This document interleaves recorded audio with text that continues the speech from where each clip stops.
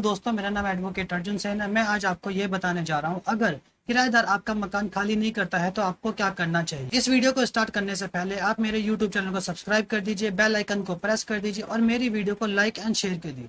चलिए आइए इस वीडियो को स्टार्ट करते हैं और मैं आपको बताता हूँ, यदि किराएदार आपका मकान खाली नहीं करता है तो आपको क्या करना चाहिए। हर मकान मालिक का यह सपना होता है कि एक दिन वह अपना मकान किराए पर चढ़ाएगा और मुनाफा कमाएगा, पर कई बार उसे कई प्रकार की तकलीफ झेलनी पड़ जाती है। यदि मकान किराएदार बेईमान निकल जाए तो यह बहुत बड़ी समस्या बन जाती है। कई किराएदार तो किराया भी नहीं देते हैं और जबरन प्रॉपर्टी पर कब्जा करके बैठे होते हैं। ऐसे में मकान मालिक का सुख चैन और रातों की नींद उड़ जाती है और वह ये सोचने लगता है कि जल्द से जल्द कैसे प्रॉपर्टी को खाली करवाई जाए। रेंट एग्रीमेंट मकान मालिक और किराएदार के बीच में एक कॉन्ट्रैक्ट होता है। यह एक अहम दस्तावेज होता है। इसमें प्रॉपर्टी को किराए पर देने की शर्तें होती हैं। इसमें बताया जाना चाहिए कि किराए पर दी जाने वाली प्रॉपर्टी का कैसे इस्तेमाल किया जाएगा। किराएदार की अवधि, हर महीने दिए जाने वाला किराया, इसमें भी साफ साफ जिक्र होना चाहिए। जब रेंट एग्रीमेंट बनता है तो रेंट एग्रीमेंट के अंदर मकान को खाली करने की शर्तें भी लिखी जानी चाहिए ताकि विवाद की स्थिति में इसका इस्तेमाल किया जा सके। इससे आप कॉन्ट्रैक्ट का उल्लंघन का हवाला देते हुए मकान खाली कराने का आधार बना सकते हैं। किराएदार से मकान खाली कराने के दो तरीके होते हैं। पहला, या तो रेंट एग्रीमेंट खत्म हो चुका हो। दूसरा, ट्रांसफर और प्रॉपर्टी एक्ट के सेक्शन 106 के तहत लीगल नोटिस भेजकर मकान मालिक लीज को रद्द कर दे।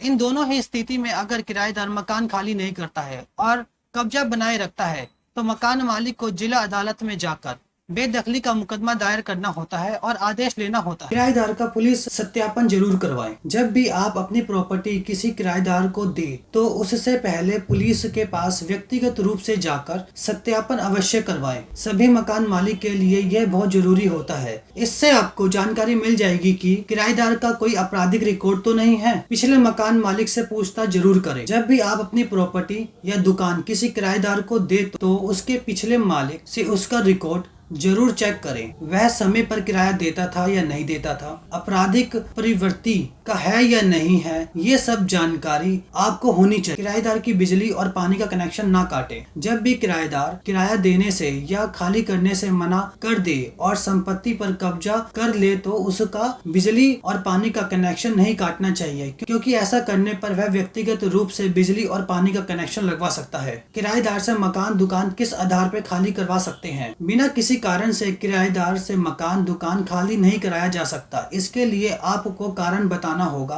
कारण कुछ इस प्रकार भी हो सकते हैं। यदि किराएदार ने किराया देना बंद कर दिया हो, यदि किराएदार ने प्रॉपर्टी पर कुछ नया निर्माण कर लिया हो, यदि किराएदार ने आपको बिना बताए और भी दूसरे लोगों को उस प्रॉपर्टी पर रख लिया हो, यदि किराएदार आपकी प्रॉपर्टी पर गैर कानूनी काम कर रहा हो, यदि किराएदार ने आपकी प्रॉपर्टी को नुकसान पहुंचाया हो, यदि आप अपनी प्रॉपर्टी का इस्तेमाल खुद के लिए करना चाहते हैं, किराएदार को नोटिस भेजें। अगर ऊपर बताए हुए आधारों में से यदि आपके पास भी कोई आधार है तो सबसे पहले आप किराएदार को घर या दुकान खाली कराने का एक नोटिस भेजें। सिविल कोर्ट में याचिका डालें।